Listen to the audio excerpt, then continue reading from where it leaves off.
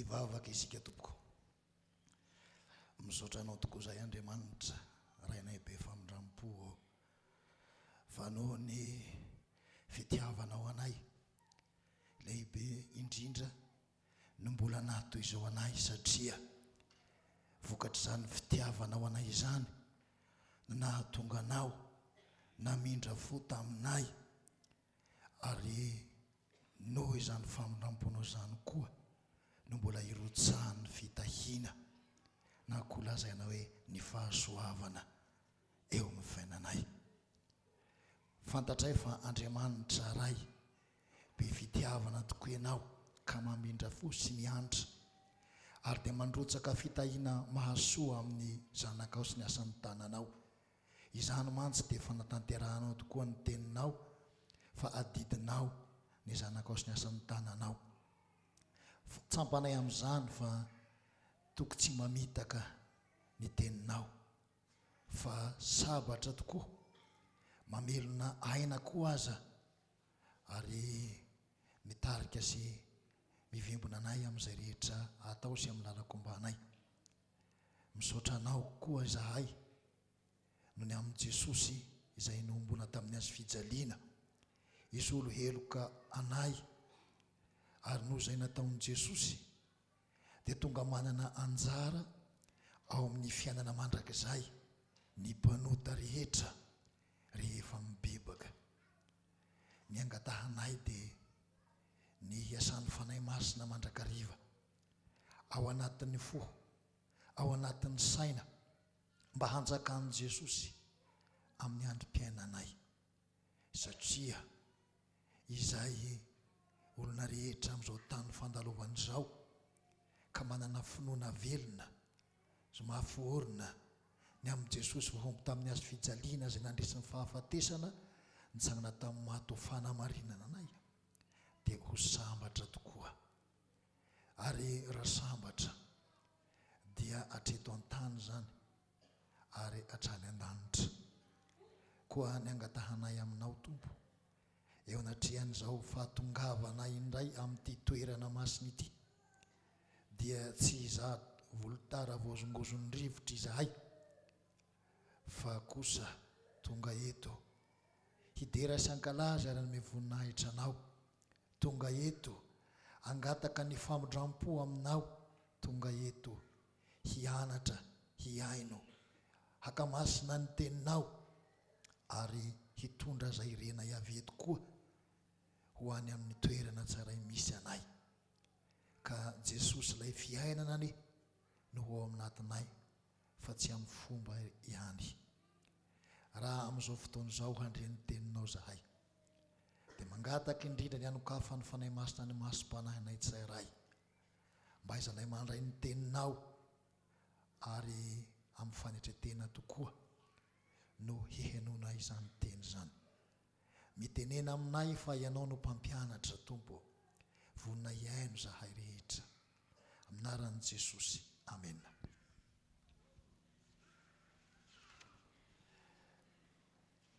Ny tenin'Andriamanitra izay voasoratra ato anatin'ny programa fa andraisantsika fampianarana dia ny Efesiana 2:2-5 ka hatramin'ny 10. Efesiana 2:2-5 ka hatramin'ny 10.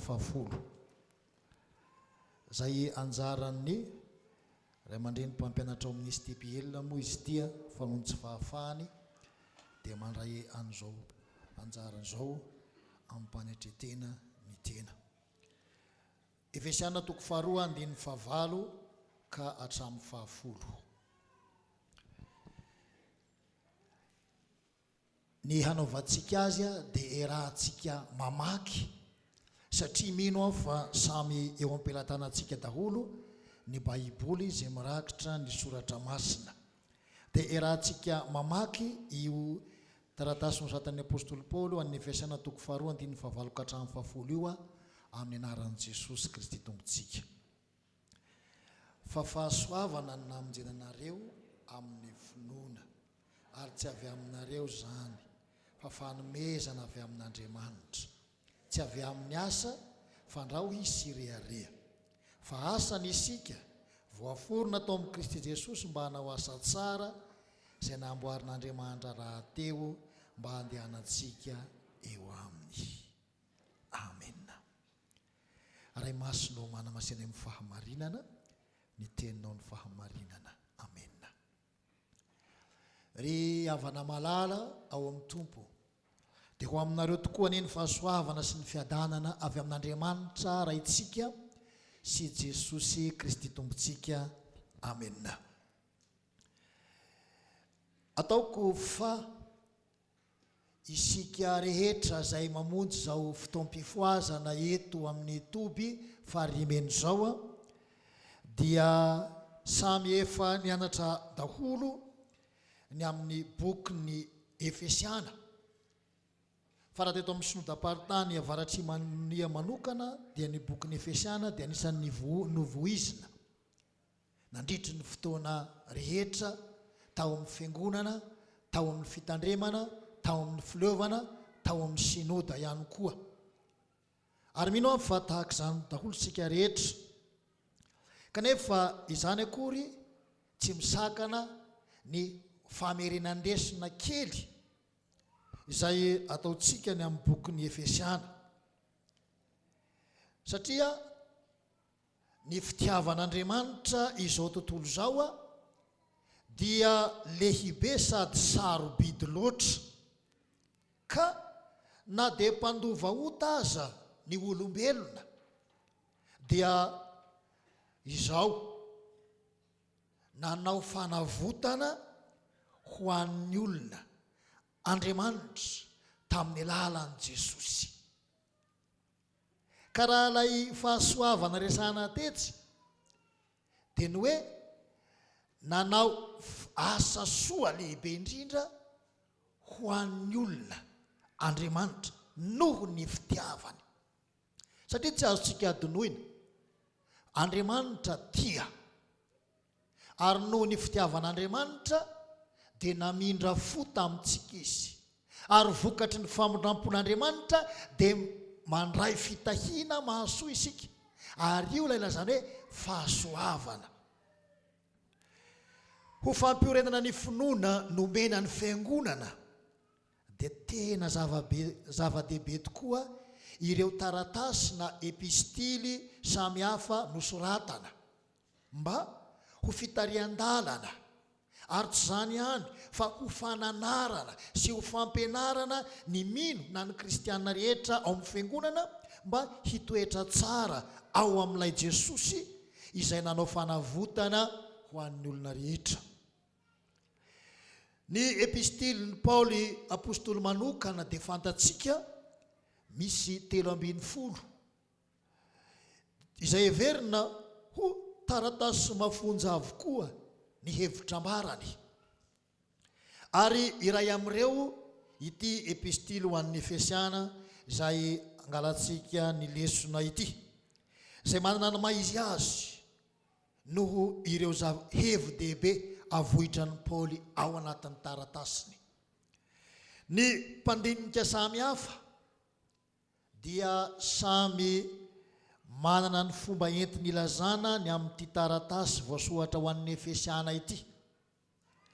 Eo anatrehan'izany ny epistily dia misy milaza hoe epistily lanitra. Tsy hafa ihany koa fa misy koa milaza fa ity taratasy epistily ho an'ny Efesiana ity dia lazany hoe ny testameta ara-panahin'ny Paoly alefa ho an'ny fiangonana. Raha ireo ihany no heverintsika dia zao hoe taratra avy amin'izany fandiniana samy hafa ireo, fa boky mitahiry hafatra tena sarobidy ho an'ny fiangonana ankehitriny ny epistily ho an'ny Efesiana, ka dia manasa antsika, manetana antsika, manainga ny tsiraray avy hazoto sy hamaky ny soratra masina ary azadonoina ity taratasy araka ny Efesiana ity.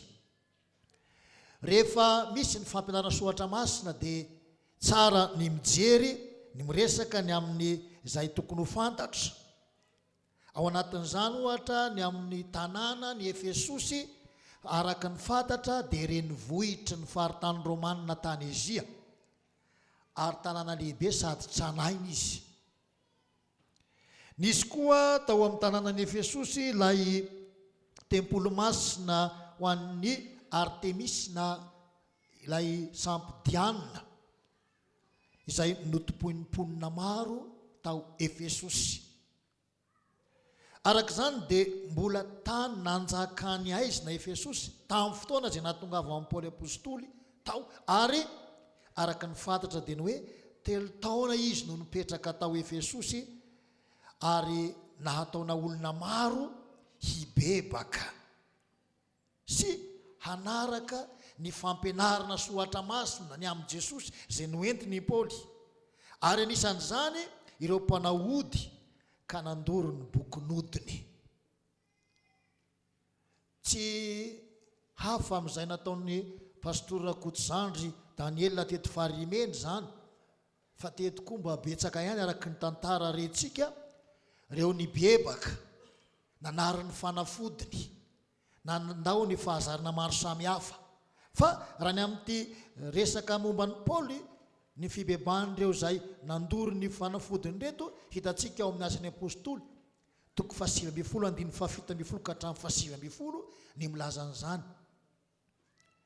Teo amin'ny fiangonana indray i Paoly apôstôly no fantatra fa nanorona ny fiangonana tao Efesosy tamin'ny diany 7 sady farany. Dia fantatra tamin'ny fotoana nanorenan'ny Paoly apôstôly ny fiangonana fa tsara endrika ny fiangonana tao Efesosy sady lehibe. Saika hita tao amin'ny fiangonana ireo kristianina avy amin'ny jiosy sy ireo avy amin'ny jentilisa. Rehefa niala tao Efesosy Paoly apôstôly dia loholona no napetrany tao hitondra ny fiangonana, izay hitantsika ao amin'ny bokin'ny Asan'ny Apôstôly 2:7 zay. Matetika ny zavatra hita dia zao, rehefa mijoro ny fampianarana momba ny Kristy ao amin'ny fiangonana dia tsy lavitra fa eo anilany eo ihany koa ny fampianaran-diso. Hita io na amin'izao andro iainantsika izao aza. Rehefa mijoro ny fiangonana anankiray, mitory ny filazantsara fiangonana anankiray, dia eo ankilany eo koa na eo andaniny eo koa ny ireo mpanao herezi samihafa na fampianaran-diso isan-karazany. Fa ny zava-doza amin'ireny anaran'Andriamanitra ihany no ampiasainy. Dia betsaka ny roboka, betsaka ny diso lalana, fa eo anatrehan'izay ihany zao ny zavatra hita sy tsampa. Amin'izao mantsy miroborobo be ny fifoazana, dia misy koa ireo karazana fifoazana sandoka samihafa be da be. Dia misy olona manaraka atao amin'ny fiangonana fantezana tamin'ny fifoazana, ohatra atao amin'ny fiangonana Luterana izy, na tamin'ny FJKM izy, na tamin'ny Anglikana izy, na tany amin'ny Katolika, na tamin'ny fiangonana izay mampianatra azy amin'ny fifoazana. Fa rehefa hatreo izy nahita an'ireny olona samihafa izay mitory filazantsara mampianatra amin'ny mitarika fifoazam-panahy hafa reny, dia betsaka manaraka azy. Dia zao rehefa anarina ilay olona, taritina avy amin'ny soatra masina izy hoe fantatrao ve le teny hoe miorena tsara aza miova, raha izay ihany ny resahana. Tezitra izy, tezitra izy. Fa zao izaho no efa nahita aho ary ty tsy asiana fialan-tsiny fa ty am-piangonana, fa mety misy amintsika reto mety tratra ny ohatr'izany. Fa nyroborobo be tamin'ny fotoan'andro zany fifoazana hoe ary misy zao misy azao dia makany aby ny olona, dia tenenina dia misy tezitra. Fa amin'izao ho aiza moa fa miverina ao ihany, zany hoe mandeha ihany loha. Fa rehefa tsy mahita izay nahafapo azy tany ary nahita sy nahafantatra dia miverina ihany. Dia io moa tonga amin'ilay teny olona sasana izay hoe anarina olona anarina fa tezitra izy rehefa anarina, dia hoe volao ranga handeha ahita. Fa nandeha tokoa izy dia nahita, dia rehefa avy eo ho aiza menamenatra amin'izay miverina indray eo amin'ilay fiangonana nisy azy indray, menatra. Zany ny zavatra misy, tsy lavitra eo amin'ny fiangonana ny fampianaran-diso samihafa. ary dia nisan'izany tany Efesosy araka ny Timoty voalohany toko voalohany 9:7 sy ny 9:9-20. Amin'ireo fiangonana 7 tany Azia dia ny ao Efesosy no voalaza voalohany indrindra ao amin'ny Apokalipsy toko 2:1. Ary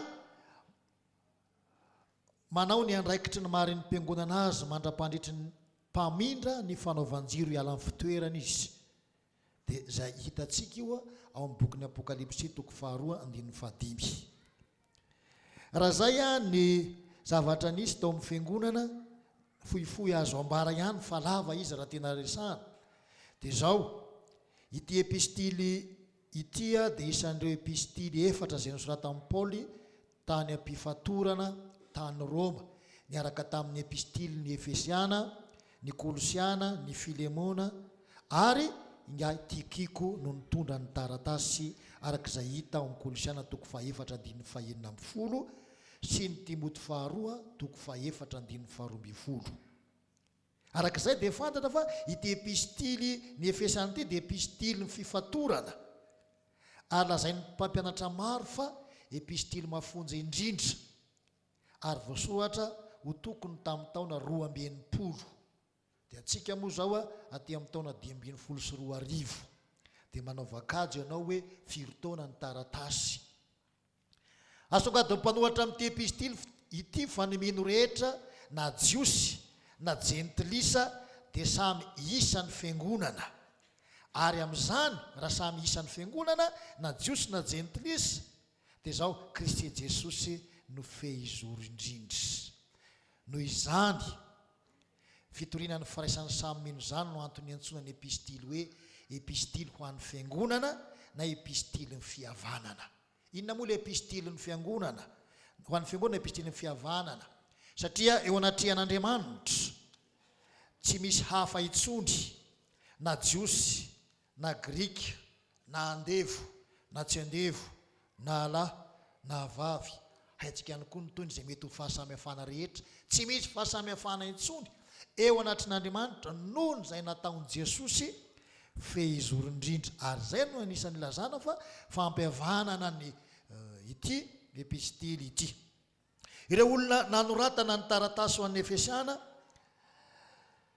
dia tsy azo ekena hoe ny fiangonana tany Efesosiana nanoratana ity taratasy na epistily ity satria tsy voatonona ny anaran'ny olona tany Efesosy ary tsy mba natao veloma tahaka ny fanao amin'ny epistily sasany ihany koa ireo. Fa araka ny mpandinika sasany dia nosoratana ho an'ny fiangonana rehetra tany Azia ity dia natao kopia maromaro ary nozarana tamin'ny fiangonana. Maro izay nandalova nga Tikiko ihany koa. Izany hoe natao fotokopia ilay soratra izay nataon'i Paoly dia naparitaka na ely tamin'ny fiangonana maro izay nandalovan'ny Tikiko. Hitantsika eo amin'ny Kolosiana toko 4:1-5 zany.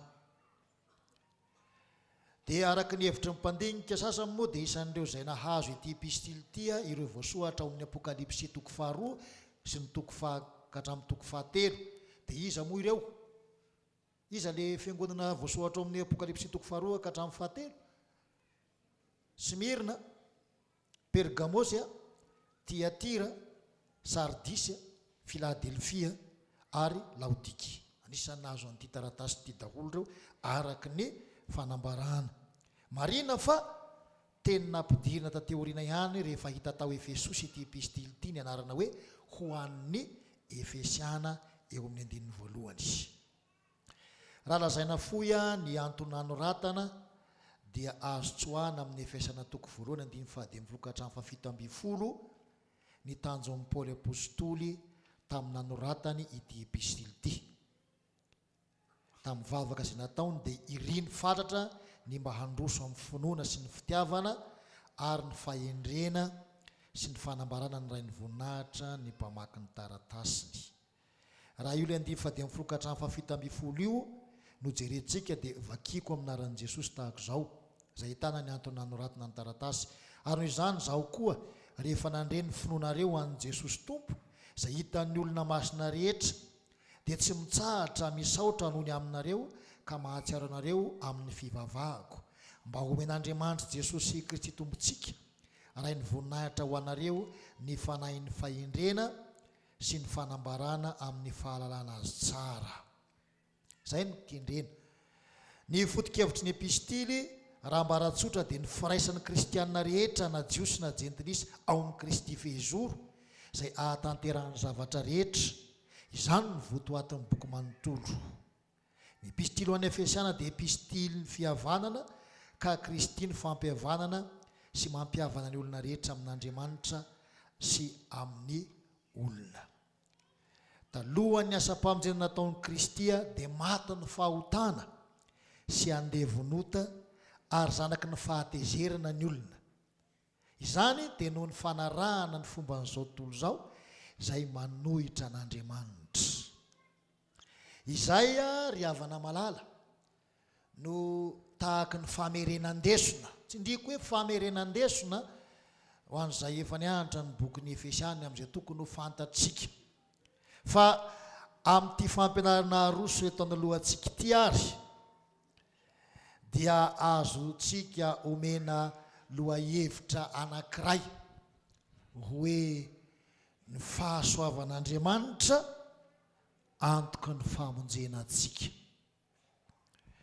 Fa fahasoavana ny namonjena anareo amin'ny finoana ary tsy avy aminareo zany fa fanomezana avy amin'Andriamanitra, tsy avy amin'ny asa fandrao hisy hirehareha. Io teny io dia hita fa tena mazefa-danja eo amin'ny fiainantsika kristiana. Ny loharanon'ny famonjena dia Andriamanitra izay manan-karena amin'ny fahamindram-po noho ny fitiavany antsika, noho ny fahasoavana izay namonjena ny olona nefa dia novelomina ao amin'ny Kristy isika ary natsangany koa ho amin'ny fiainana mandrakizay ao amin'ny Jesosy, na koa hoe amin'ny alalan'i Jesosy no nahazoantsika izany fiainana mandrakizay izany. Raha ny tanjon'ny famonjena amin'ny ho avy no jerena dia fanehoana ny haren'ny fahasoavana. Izay ny zavatra hita. Ary dia tsindrin'i Paoly tsara eto raha amin'izay andinin'ny fahavalo sy ny fahasivy izay nivakiana teo izay fa ny fototry ny famonjena dia ny fahasoavana raisina amin'ny finoana izay fanomezana avy amin'Andriamanitra fa tsy mba avy amin'ny olona, ary nikendrena amin'ny olombovonjy. Raha mamaky ny andinin'ny fahafolo isika ny hoe asany isika voaforona tao amin'ny Kristy Jesosy mba hanao asa tsara izay namboarin'Andriamanitra raha teo mba handehanantsika eo aminy dia izao hanao asa tsara. Io no kendrena amin'ny olombovonjy. Fahasoavana, inona moa no hevitry izany teny hoe fahasoavana izany? Raha manaraka tsara isika dia efa teneniko tany aloha ihany, no ny fitiavana dia nitondra famondram-po ary vokatry ny famondram-po dia nirotsaka ny fitahiana, ary io fitahiana io ilay fahasoavana izay niainga avy any amin'ny fitiavana ary koa ny famondram-po. Amin'izay raha ny hevitry ny teny hoe fahasoavana dia azo adika tsotra hoe fitiavana. Io no fohibeny. Tsy nisy fahasoavana ho antsika raha tsy tao ny fitiavana avy amin'Andriamanitra. Ary koa lazaina hoe famindram-po. Tsy nisy fahasoavana raisitsika na iainantsika na tonga ao amintsika raha tsy tao ihany koa ilay famindram-pon'Andriamanitra. Fa ireo fitiavana sy famindram-po ireo no miteraka asa soa na fanaovan-tsoa amintsika olombelona. Raha mieritreritra isika ry havana mandinika ihany dia izao hoe Andriamanitra dia mamindra fo amin'ny olona rehetra. Tamin'ny fotoana andron'ny Paoly dia na jiosy izy na jentilisa dia nampiraisina samy namindrana fo nanotsahana fahasoavana daholo fa raha amin'izao andro ihany antsika izao dia mbola miteny ny soratra masina Andriamanitra mampiposaka ny masoandrony amin'ny tsara fanahy sy ny ratsy fanahy mbola fahasoavana raisin'ny olona mandrakarivo zany fa raha io masoandro io no takonan'Andriamanitra dia aizina no misy ary raha ny aizina no misy dia mahatonga ao amin'ny tsy fahafantarana intsony ny olona ny amin'izay tokony andehany sy ny lalana tokony izorany fa noho izay asa soa lehibe ataon'Andriamanitra amin'ny fahasoavan'izay dia mbola miposaka amintsika mandrakariva ny fahasoavan'Andriamanitra ny masoandro izay lazaina tsindriana ihany hoe vokatry ny noho ny fitiavana sy ny famondram-po zany na teo ambany fanameloana aza izao tontolo izao noho ny fitiavan'Andriamanitra dia nitondra fahasoavana avy amin'ny finoana ny famondram-pon'Andriamanitra zay no lazaina amintsika na dia teo ambany fanameloana aza izao tontolo izao zany hoe tatavandrao amainty mandrakariva ny fiainan'ny zanak'olombelona noho ninona noho ny fahotana noho ny ditry ny fony noho le tsy fakatoavana ny tenin'Andriamanitra tsy fakatoavan-dalàna Andriamanitra efa niteny aza ihinanareo ny hazo voan'ny sa dia mbola nodikain'ny olombelona ihany zany tsy ny haino ny feon'Andriamanitra izy fa lasa ny feon'ilay anankiray no henony dia ny feon'ny devoly vokatr'izay dia tonga teo ambany fanamelohan'Andriamanitra ny olona satria ny vokatry ny fahotana izay natao dia fahafatesana amin'izay dia zao ny fahafatesana mandrakariva no mitoetra eo amin'ny olona toetra eo amin'ny olona ny fahafatesana fa zao araka ny ambarantsika eto hoe na dia teo ambany fanameloana aza izao tontolo izao noho ny fitiavan'Andriamanitra dia nitondra fahasoavana avy amin'ny finoana ny famondrampon'Andriamanitra Andriamanitra namindra fo satria tiatsika izy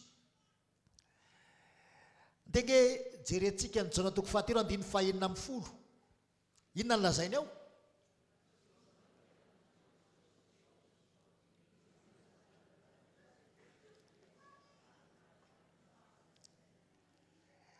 ny fitiavan'Andriamanitra izao tontolo izao hoy ny apôstôly Jaona dia tahaka izao dia ahoana hoy izy nomeny ny zanan'ilay tokana mba tsy ho very izay rehetra mino azy fa hanina fiainana mandrakizay io raha i Jaona 7:9 no resahana dia zao tena lazainy Jaona mazava tsara ao ny fahasoavan'Andriamanitra ho an'ny olona io le fahasoavana ho an'ny olona satria ny fitiavan'Andriamanitra ohatr' izao dia zao nomeny mihitsy ny zanan'ilay tokana nomeny ny zanan'ilay tokana mba tsy hisy ho very izay rehetra mino azy fa hanana fiainana mandrakizay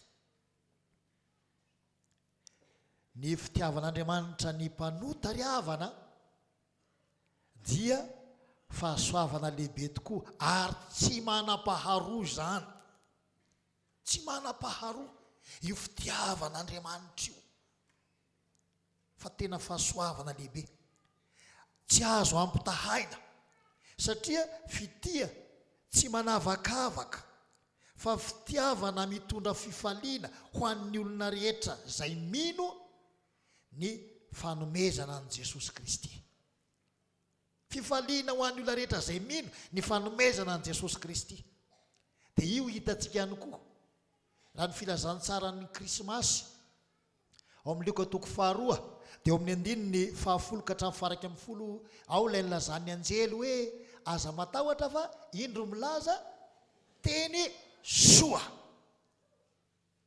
fahasoavana ny zany lazainy zany teny soa mahafaly fa mpamonjy niteraka ho anareo anio Kristy tompo ny anarany fahasoavana zany zay nataon'Andriamanitra ho an'ny olona. Ary izany no ilay fahasoavana anampy fahasoavana hoy ny apôstôly Jaona ao amin'ny filazantsaraky ny Jaona toko voalohany. Andininy fahafiry misy azy iny? Fahaenina amby folo. Zany ilay fahasoavana anampy fahasoavana. Zay nataon'Andriamanitra tamintsika ary tena ho antsika.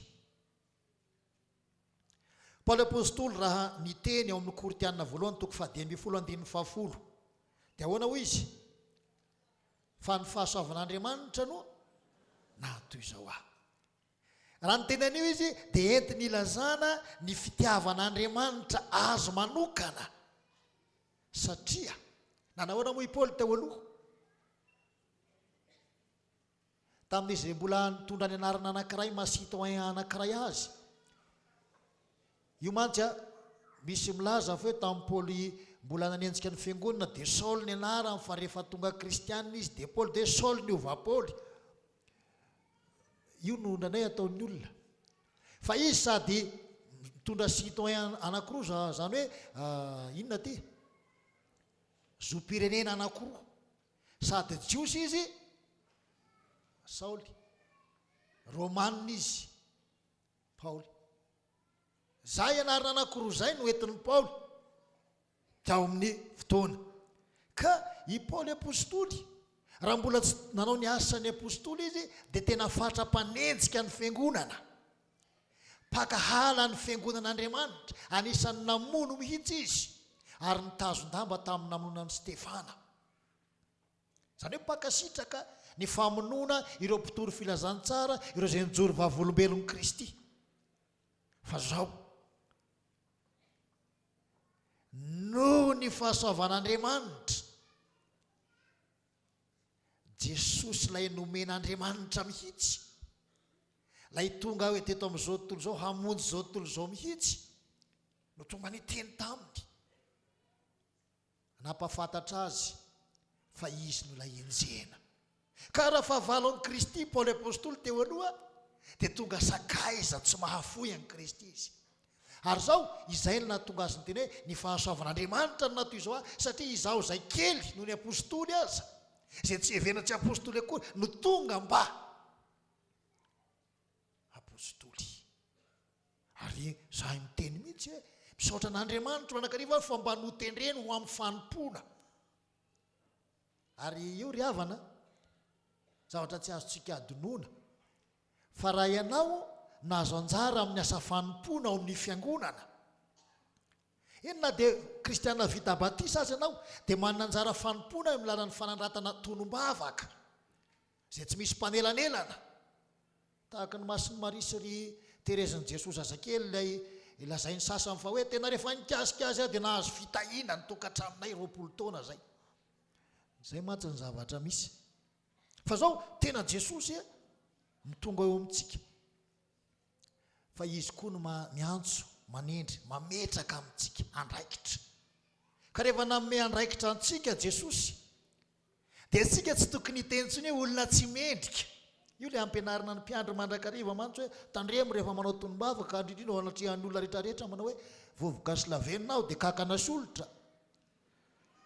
Fa Jesosy tsy nifidy kakana hitory teny, tsy nanendry olitra hitory filazantsara izy, ary ny lavenina koa dia fanitsaka ihany, fa olombelona.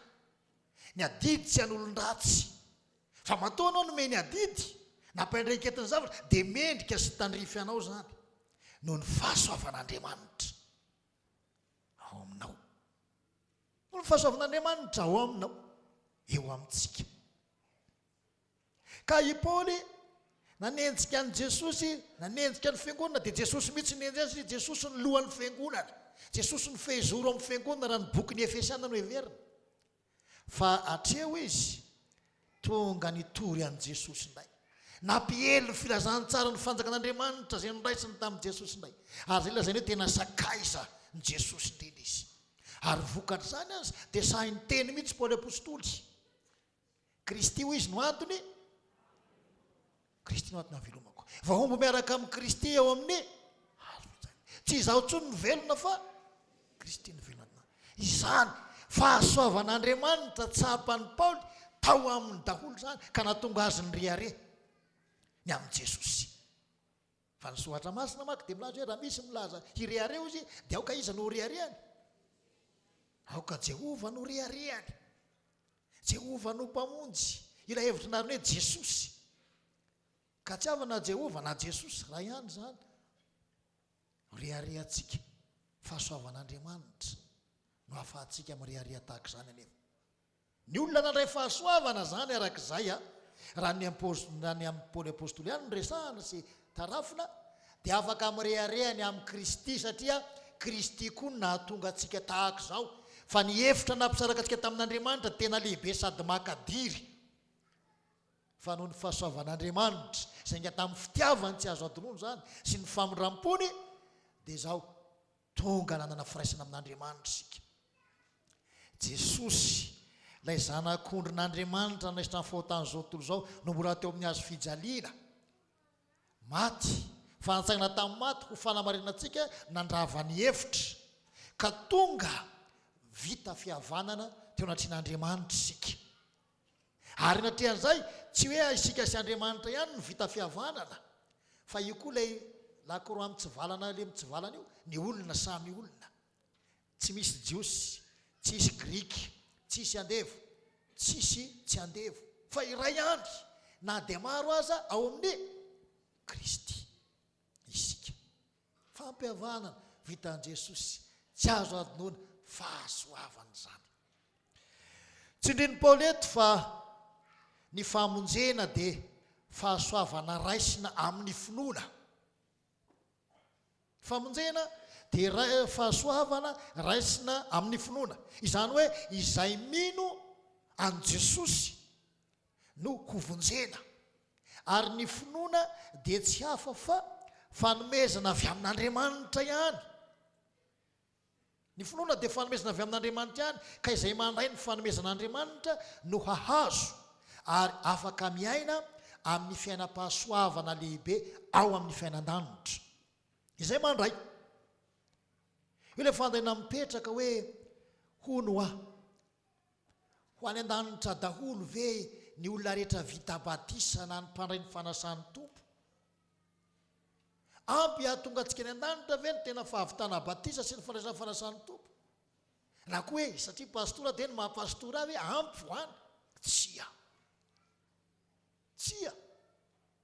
Fa raha ampy io dia misoratena daholo hoe andeha hanao mpiandry ahako amin'izay vavonjy, andeha hanao pastora amin'izay vavonjy. Zany hoe lay toerana lay asa na lay andraikitra izay atao tsy amin'ny fiantsoana akory. Io zany lasa tohatra hoe ho any an-danitra. Fa tsy zany. Fa raha milaza ny soatra masina hoe ny finoanao no mahavonjy anao, dia midika zany fa izay mandray ny avotra nataon'i Jesosy irery ihany no hoany amin'ny fiainana mandrakizay. Fa tsy hoe rehefa vita batisa anao dia andry ampy zay. Tsy hoe rehefa manana andraikitra lehibe ao amin'ny fiangonanao ampy zay. Fa ianao lay mandray ilay fanomezan'Andriamanitra, ilay fahasoavana avy amin'Andriamanitra lalan'ny finoanan'i Jesosy dia ny avotra nataony, io no antoky ny famonjena hananantsika fiainana mandrakizay. Ary izay indrindra zany hoe fanomezan'Andriamanitra, famonjena amin'ny finoana, fahasoavana namonjenareo amin'ny finoana.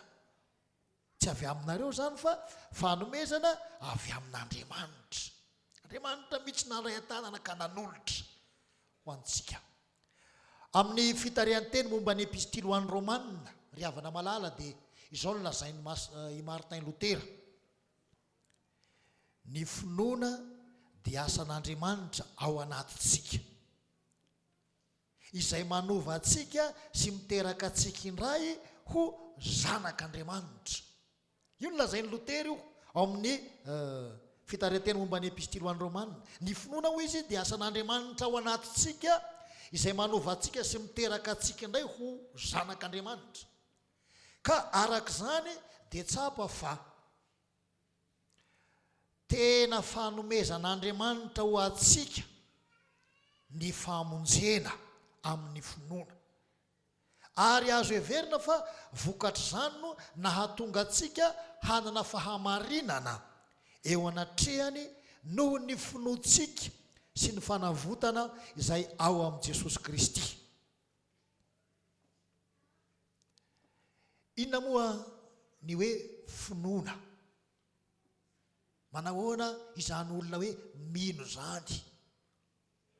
Inona zany olona manahoana izany hoe mino zany? Lazaina amintsika fa eto amin'ny inona moa fanevan'ity toby lehibe anankiray ity? Ny fibebahana.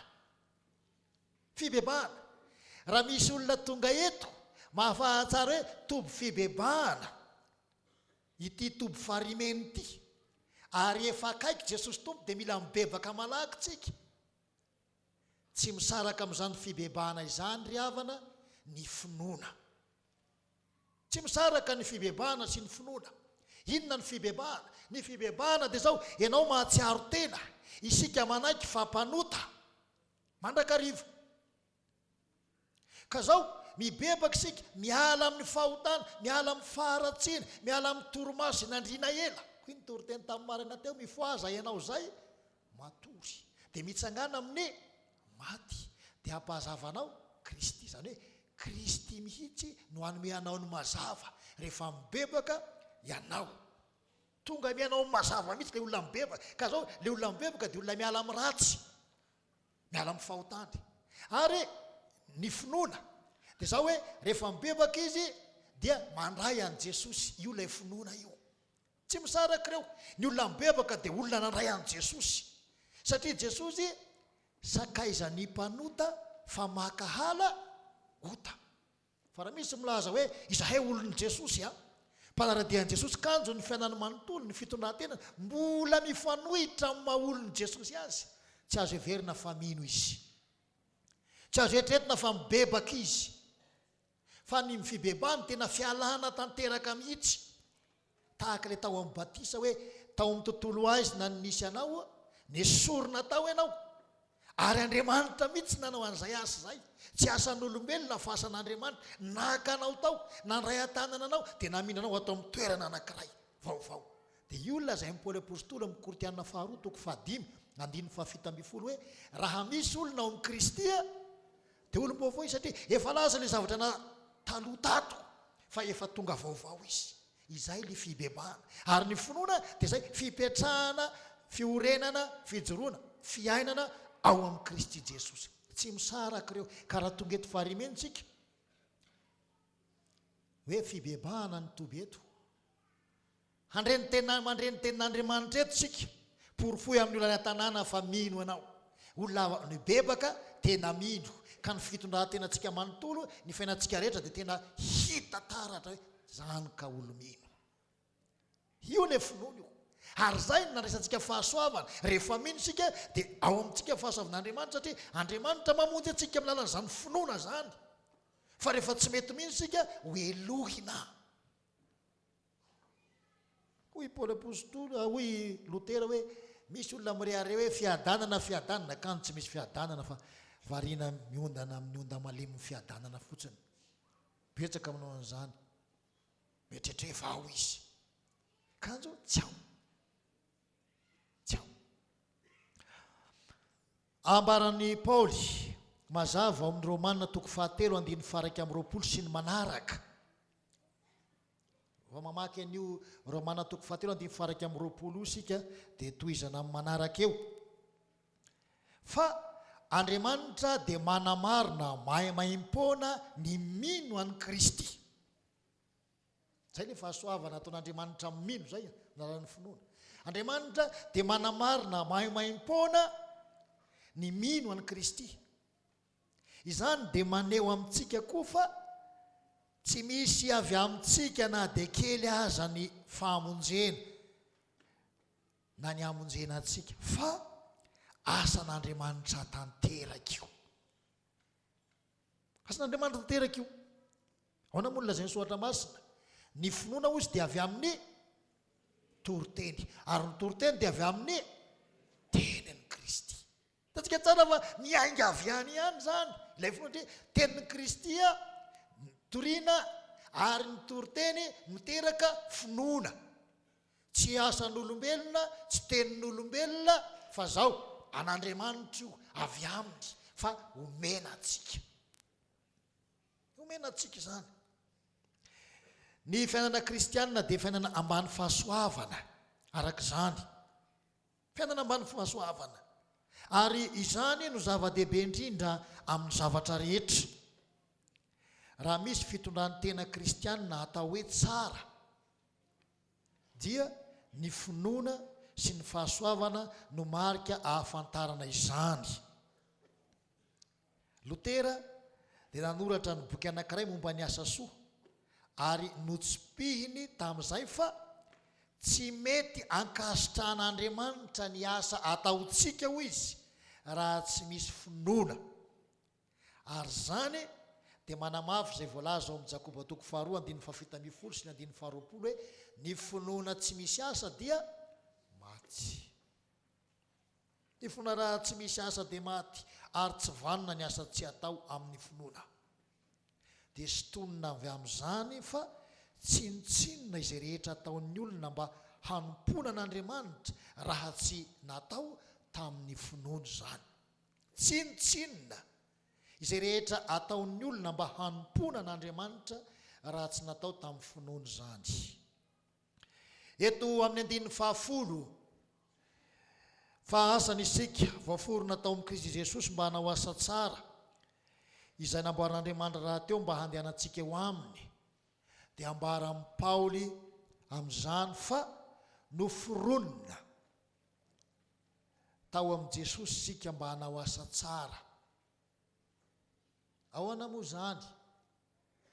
Andriamanitra mihitsy no efa nanao an-tanana ny amintsika, satria zanany sy asan'ny tanany isika ka dia adidiny, dia nikarakarainy, tsy nafoiny, satria fitiavana manak'izay no tiavany atsika, ary io fitiavana io no antony nampaharetany ny famindram-pony amintsika. Zay ilay fahasoavana, tsy azontsika adinoana mihitsy zany ry havana, fa fahasoavana ihany zany, ary lehibe tokoa. Ka vokatray dia zao tena Andriamanitra indray no namorona antsika. Eto zany ny asa famorona ataon'Andriamanitra dia famoronam-baovao. Isika izay efa maty noho ny fahotana, natsangan'Andriamanitra indray ho tonga olona vaovao, hanana fiainana vaovao. Ary zany nefa dia raisitsika amin'ny alalan'i Jesosy irery ihany. Dia Jesosy ilay efa maty nalevina, fantsangana tamin'ny maty ho fanamarinana antsika. Fa raha zay Jesosy no sanatria ka tsy nitsangana tamin'ny maty tao, tsy nisy famonjena, tsy nisy fanavotana vita ho antsika. Fa maty ihany Jesosy dia maty tao, fa zao nitsangana izy, ary ny fitsanganany no manambara ny famoronam-baovao ao anatintsika.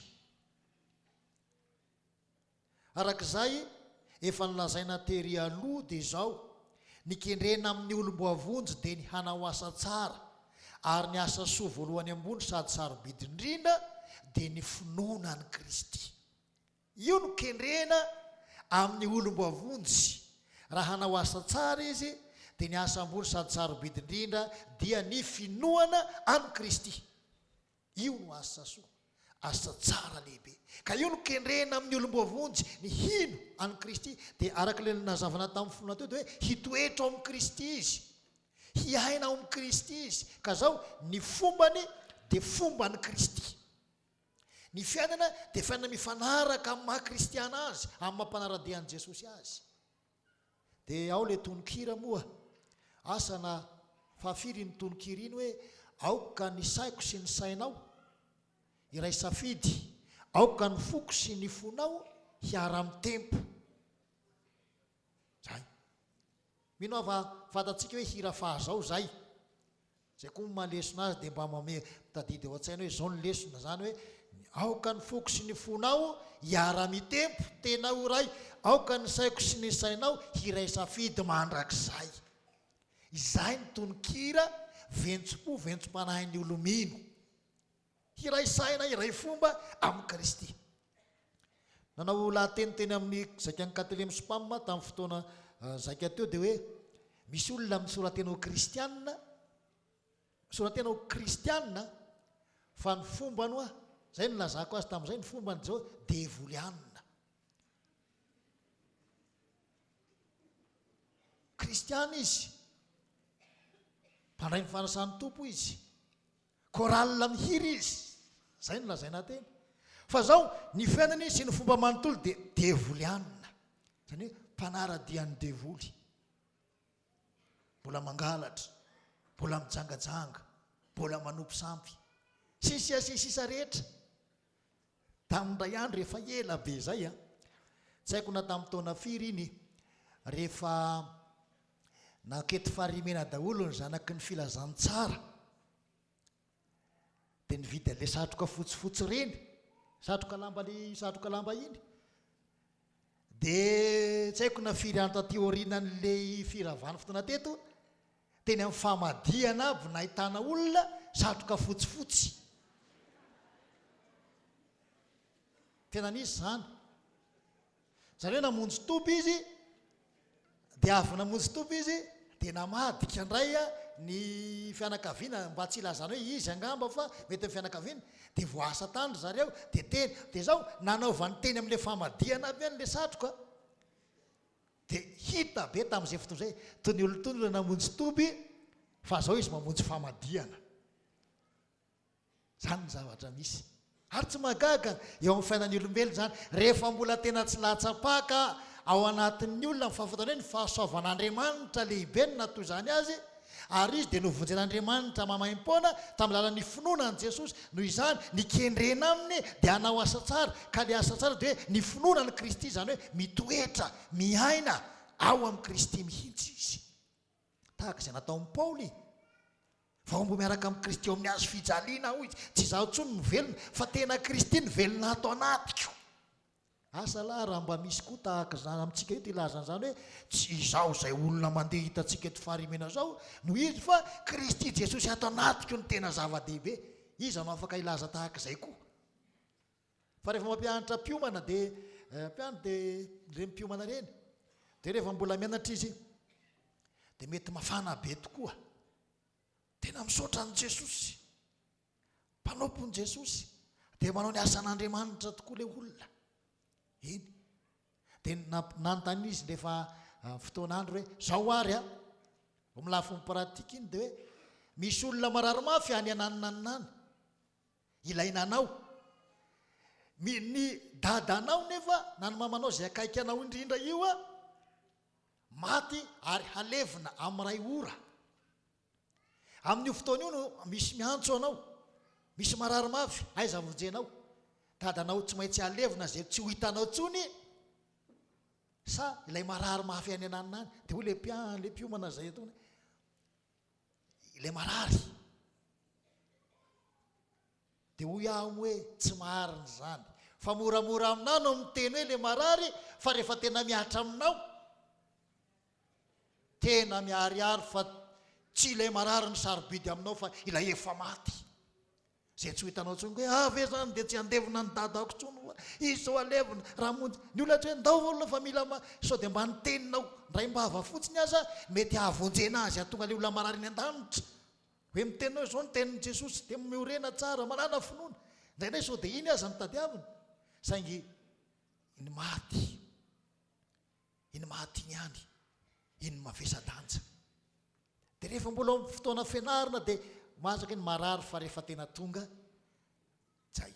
Ary zay no manahirana be da be ny olona tratran'izany, mafanafody dia mafanafody dia atokana mpiandro, dia raha ho anay manokana dia miteny hoe tokony mba sy vanina tsara aloha.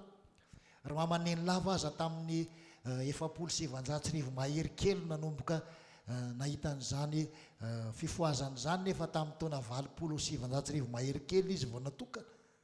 Koa raha mba atao ohatr'izany koloa mpiandry, tsapana aloha, maharitra ve? kanefa moa isika efa nametraka le roa taona mianatra maharaka fianarana tsara dia azo atokana somatsara rehefa avy eo hoe ny mpitondra fileovana anay izay hoe ianareo mpiomana raha mbola ampandolay anatra ery ambany eria tatamarina eria ataonareo rehefa mbola mpiomana fa rehefa mpiandry tsy amanao tsony zany hoe tsy miaina intsony ao amin'izay izy eritreretintsika ihany zany ry havana fa eto dia zaho hoe nitakina amin'ny olombovonjy nikendrena amin'ny olombovonjy dia hanao asa tsara hitoetra amin'ny finoana ny Kristy araka ny jaona toko fahaenina andiny fahavalo amby roapolo ka hatramin'ny fahasivy amby roapolo dia Jesosy mihitsy no nilazany zany so mako everitsika hoe olombelona ihany no nilazany io na ny firon'ny mpampianatra azy ihany io fa Jesosy mihitsy no nilazany zany fa asan'Andriamanitra ny asan'Andriamanitra hoy izy dia ny hinoanareo izay nirahana efa nanontany vaoka inona no ataonay iasany ny asan'Andriamanitra dia hoy Jesosy taminy hoe ny asan'Andriamanitra dia ny hinoanareo izay nirahana avy amin'ny finoana no ahazoana ny asa rehetra amin'ny fahatsarany ny finoana ihany no ahazoantsika an'izany tsy miasa tsara mba hovonjena nefa isika ry havana